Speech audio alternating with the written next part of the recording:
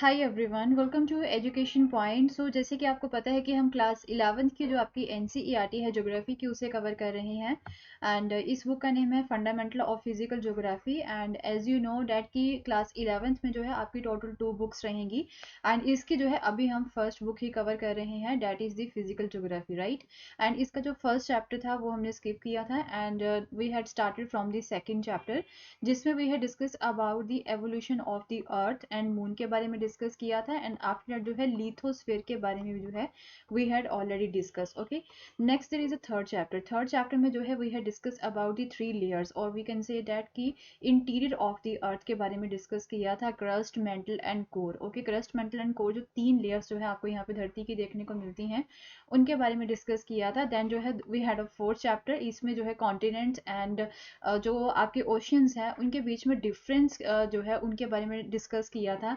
जो different scientist ने यहाँ पे डिफरेंट थ्योरीज दे रखी हैं उनके बारे में डिस्कस किया था, right. Then there is a 5th chapter, right. 5th chapter में जो है हमने जो आपकी लैंड फॉर्म्स हैं, राइट, लैंड फॉर्म्स के बारे में डिस्कस किया था। एंड 6th चैप्टर में जो है जियोमॉर्फिक प्रोसेसेस की वजह से जो है जो भी लैंड फॉर्म्स यहाँ पे बनती है उनके बारे में डिस्कस किया था।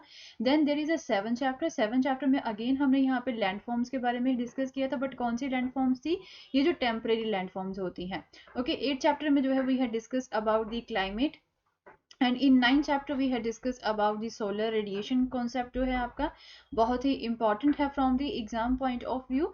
एंड आफ्टर दैट जो है 10th चैप्टर में जो है हमने डिफरेंट जो टेम्परेचर डिस्ट्रीब्यूशन होता है उनके कौन से फैक्टर्स होते हैं अलग अलग जगह पे, उनके बारे में डिस्कस किया था। एंड आफ्टर दैट जो है अभी इसी चैप्टर को जो है हम यहाँ पे कंटिन्यू करेंगे एंड आज ये चैप्टर जो है आपका कंप्लीट हो जाएगा। ओके, सो कंटिन्यू करते हैं आगे। एक दो इसके जो है पॉइंट्स रह गए थे, that is the thunderstorm and tornadoes. Okay, तो ये भी जो है कुछ ऐसे फैक्टर्स होते हैं जिनकी वजह से क्या होता है कि यहाँ पे आपको जो है ना टेम्परेचर जो डिस्ट्रीब्यूशन है उसमें वेरिएंट जो है वो देखने को मिलता है। So other several local storms, जो सेवरल लोकल स्टॉर्म्स जो होते हैं उनमें थंडरस्टॉर्म्स आ जाते हैं, टॉर्नेडोज आ जाते हैं।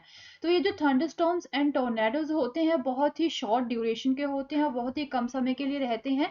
एंड ओनली जो है स्मॉल एरिया को, बहुत ही छोटे से एरिया को ये कवर करते हैं, बट ये वायलेंट भी होते हैं। ओके, एंड जो है इसकी वजह से क्या होता है कि इंटेंसिव कन्वेक्शन जो है ये क्रिएट करते हैं मॉइस्ट हॉट डेज में, गर्मियों में। एंड थंडरस्टॉर्म क्या होता है, एक तरह से जो है वेल ग्रोन क्यूमो लिम्बस जो क्लाउड होते हैं, राइट, वो होता है। एंड जो कि थंडर एंड लाइटनिंग को यहाँ पे क्या करते हैं, क्रिएट करते हैं या फिर प्रोड्यूस करते हैं। ओके, सो जब ये क्लाउड्स जो है हाइट्स पे चले जाते हैं, यहाँ पे सब जीरो टेम्परेचर जो है होता है, तो वहां पे क्या होता है कि हेल्स जो होते हैं, जिसे हम ओले बोल देते हैं, वो पड़ते हैं।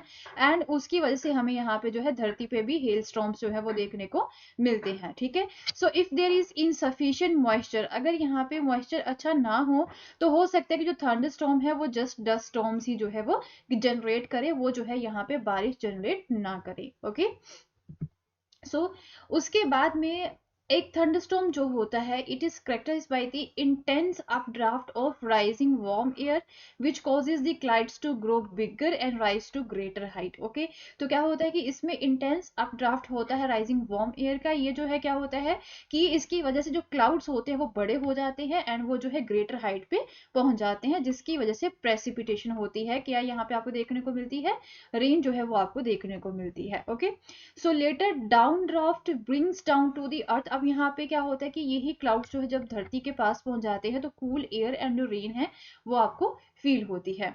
सो from severe thunderstorm sometimes spiralling wind, right, जो एक तरह से घुमावदार विंड जो होती है ना वो भी आपको देखने को मिलती है। जैसे कि एक एलिफेंट की ट्रंक होती है ना जिसमें बहुत ज्यादा फोर्स भी होता है and with very low pressure at the centre, centre पे जो है बहुत ही कम प्रेशर होता है, तो वो रास्ते में आते हुए जो है बहुत ज्यादा डिस्ट्रक्शन जो है वो क्रिएट करती है। तो इस तरह के फिनोमिना को हम क्या बोलते हैं?